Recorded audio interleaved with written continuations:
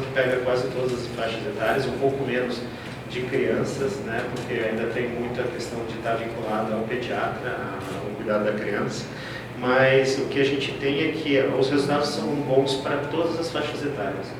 A gente tem resultados muito bons na faixa etária jovem também, resultados consistentes para os idosos. E quando a gente fala dos idosos, os resultados são melhores quando eles têm múltiplas morbidades. Porque daí você tem uma pessoa que está olhando o idoso como um todo e não ele fragmentado. Então, ele tem uma pessoa, claro, ele vai nos especialistas quando precisa, mas tem uma pessoa para juntar o que os especialistas estão fazendo e entregar um cuidado mais individualizado. A gente tem uma adesão muito grande, você perguntou sobre a adesão, né? A adesão tem sido sempre entre 70% e 80% das pessoas que vão numa primeira consulta, elas ficam vinculadas a essa equipe. A gente tem um lugar específico que a gente chama de Amigo Espaço Saúde, que são ambulatórios, né? São clínicas específicas, mas a gente também tem trabalhado isso com a rede ambulatorial, que a gente chama de consultórios integrados, que são parceiros que fazem o mesmo modelo que a gente faz no nosso consultório próprio, em consultórios de parceiros. É o caso da Amparo, que faz parte, tem um investimento no Amparo. Então a gente tem vários consultórios desses que a gente tem credenciado, e eles usam o mesmo modelo que a gente usa, com os mesmos profissionais, entregando um cuidado muito parecido com a mesma qualidade. Foi falado um pouquinho da coordenação do cuidado, né? A coordenação do cuidado, a gente tem lá um técnico de enfermagem, daí já vou respondendo a questão do agente. A gente preferiu trabalhar com um profissional qualificado, que a gente tivesse uma segurança de qualificação técnica. Por isso, a gente põe para fazer um papel de agente o técnico de enfermagem. O técnico de enfermagem, ele faz a coordenação, ajuda na coordenação do cuidado.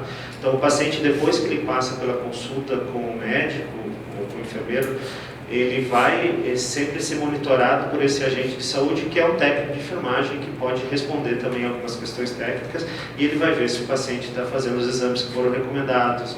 Daí, respondendo um pouquinho, se o médico ele faz toda a orientação, mas esse coordenador de cuidado, esse agente, ele verifica se a pessoa está tomando os medicamentos conforme o médico recomendou, então ele ajuda a equipe médica de enfermagem na coordenação do cuidado. A questão de ter dos equipamentos médicos que o Fábio colocou, né, a gente tem claramente um excesso no Brasil, né, e tem uma regra, que é a regra mundial, né, que é onde existe, ele é utilizado, porque ninguém faz investimento e não vai atrás de que isso tenha um retorno, né? Então, isso se dá no privado, claramente já foi colocado aqui, mas acontece no sistema público também. Então, essa regra de colocar o equipamento, ele vai gerar uso desnecessário.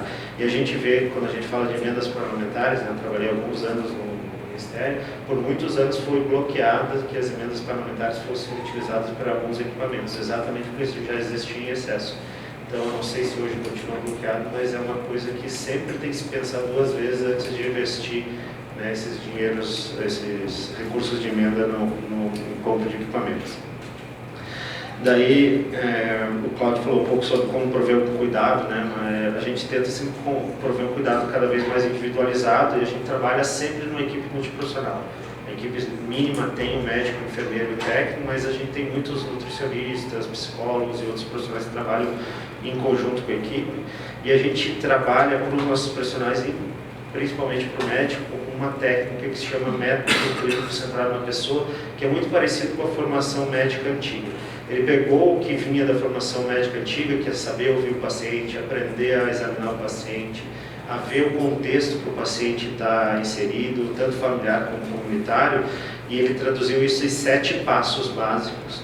E todo residente de medicina de família, ele é treinado nesses 7 passos. Então, quando entra um paciente pela primeira vez no consultório do médico de família, a ideia dele é entender o paciente dentro desse contexto geral que ele está. Então, a primeira coisa é ouvir o paciente, e daí só fazer as perguntas depois que o paciente tenha já expresso, né, o motivo da sua consulta, e daí começar a explorar essa questão comunitária e familiar que cada paciente tem.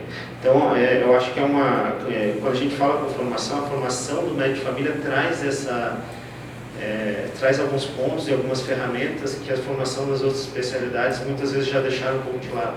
E daí eu até acho que vale a pena, em um outro momento, o deputado trazer a Sociedade Brasileira de Medicina de Família e Comunidade aqui para uma conversa, porque eles podem expor um pouco mais sobre isso, falar sobre essas técnicas e de como a formação em medicina de família pode reverter bons resultados tanto para os pacientes como para o sistema de saúde como um todo. Bom, acho que é isso. Fico à disposição. Obrigado, doutor Reinaldo. Deputado, só para fazer alguns comentários que muito já se falou e a gente concorda com o que foi dito.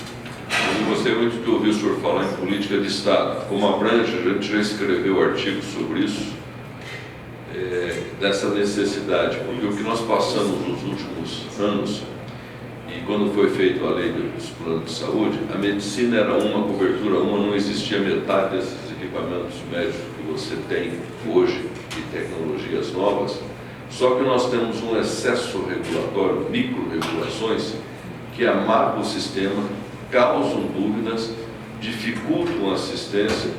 Passamos uma fase, inclusive, com as grandes pessoas que falavam em televisão, aí, consumerista, defendendo a tese de que o paciente era o hipossuficiente,